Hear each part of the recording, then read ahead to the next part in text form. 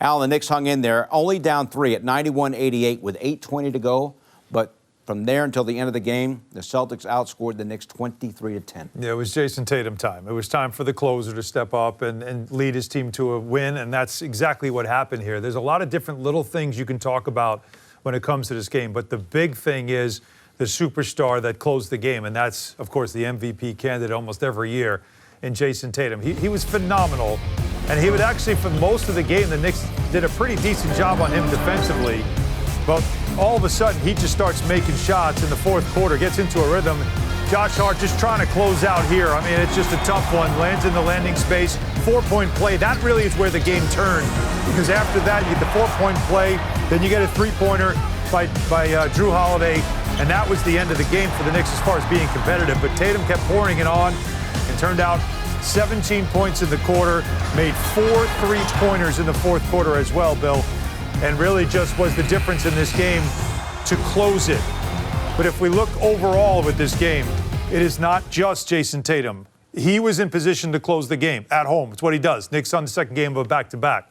The bench play in this game, that was my stat to watch.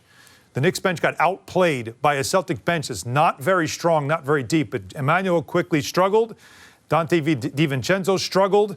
And the Knicks struggled to get any more scoring without RJ Barrett. Talking about quickly, he's been so good this year, averaging a career high 15 points off the bench, but in this game only 1 of 10 from the floor. Monica McNutt helped call the game tonight on the MSG Radio Network. She now joins us from Boston.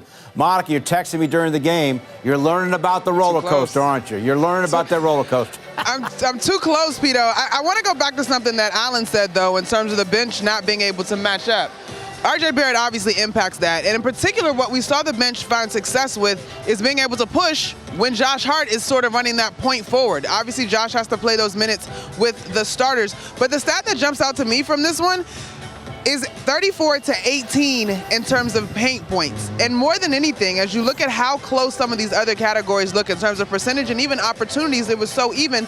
That, to me, was a testament to just the overall size that the Boston Celtics have, guys. Yeah, you could see it, Monica, that the Knicks hesitated a lot going into the paint to try to score. They saw Porzingis looming. You remember from the opener, he had 4 blocks. He only had 1 tonight, but there was more the intimidation factor. And then you saw Joe Mazzulla decided to go big when the Knicks went small.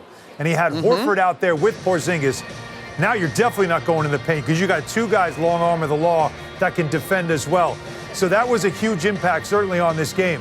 Hart played 43 minutes, Monica. It was interesting to see that Tom Thibodeau went with an 8-man rotation rather than graduate someone up from the bench. He stuck mostly to an 8-man rotation, left Hart out there with a lot of the minutes with the bench.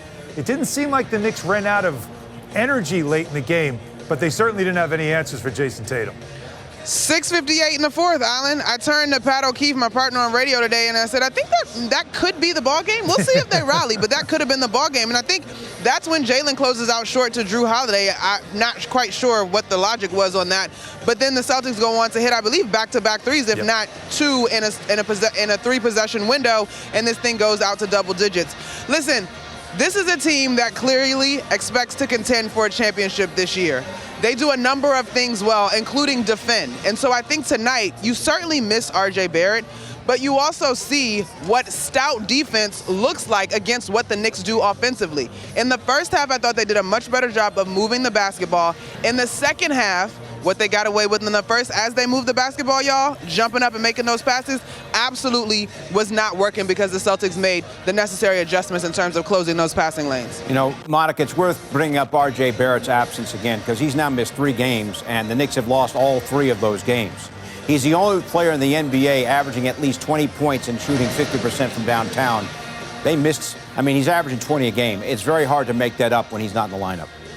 Listen, Pito, prior to the game, we looked this up. He was shooting in the 50% range on catch-and-shoot opportunities or on cuts, and he's shooting, if you sparse it out, he's shooting like in the 40s off of opportunities to pound the rock. What killed this team at points in this game, as I just lost my stat sheet, pounding the rock and allowing this Celtics defense to gather or collapse. The ball has to move quickly. And there were some times tonight, y'all, where I slapped the desk in front of me because I get this need to pass. But at the same time, you got to just test and see if the shot blocking truly is what you think the shot blocking is. Because there were passes that were made while this team was 2 feet away from the rim that I'm like, guys, you're not going to get a higher percentage shot than that. And so I say all that to say, this is also, I think it's worth noting, this is the Knicks' third back-to-back Yes. in a season of 10 games at this point. Like, what? Thanks to the schedulers.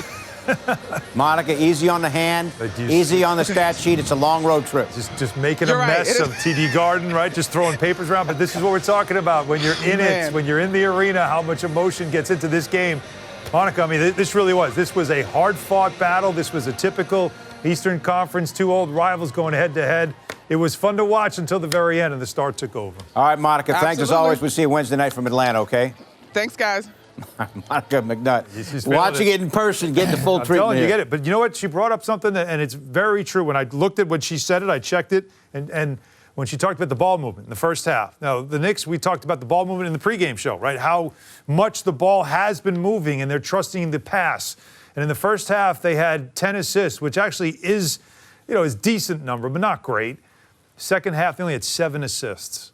I mean, 7 is a very low number to have for an entire half of basketball. So it just shows you how Boston definitely did put the clamps down on the Knicks defensively, and the Knicks really started to struggle to get some offense going. And then, of course, like we said, Tatum took over that game when it was winning time. You know, you're talking about the distribution of minutes, Josh Hart, 43 minutes. Yeah. You mentioned that. Yeah. Season high 16 points. 8 He got rotation. the start. He got the start for in place of RJ. Played really well. Yeah, I thought he did. And right out of the gate too, which is what you wanted to see that first quarter without RJ Barrett, with Hart in a lineup. Some of the numbers in previous games were not very good with Hart in the starting 5, but in this game he was very good to begin this game. Came out, made some shots. That's always important, but we know he does a lot of the other stuff, which includes the rebounding and the pushing the pace. But him knocking down a couple of early threes gave him some confidence. It almost looked like the Celtics were like, let him shoot. Let's see it. Let's dare him to shoot. We're going to double Randall. We're going to keep an eye on Brunson. We're going to let Josh Hart try to beat us. And for one half of basketball, he was doing that. But the minutes tend to catch up when you're in a back-to-back situation.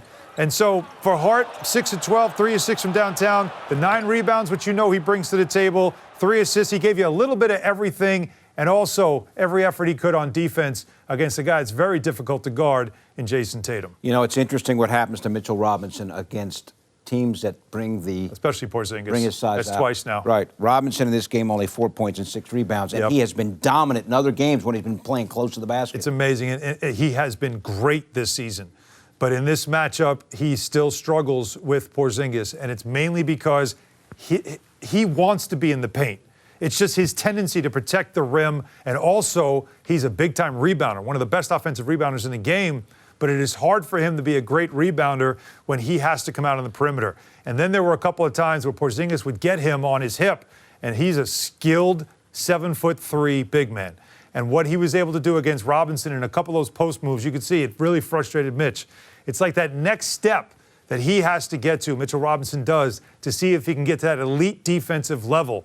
Because in this game, there were a couple of moments. I mean, he had a couple of moments, the 2 block shots, one on Tatum, one on Brown. Brown tried to dunk on him, and Mitchell Robinson was like, that's not happening here. So there is still good in the performance, but this is a matchup now for the Knicks, and they're going to see the Celtics one more time before we get to the end of the calendar year. He's got to figure out this matchup because Porzingis had another solid game against his former team. KP 7 of 11. On opening night, he went for 30. Yep. And tonight he went for 21.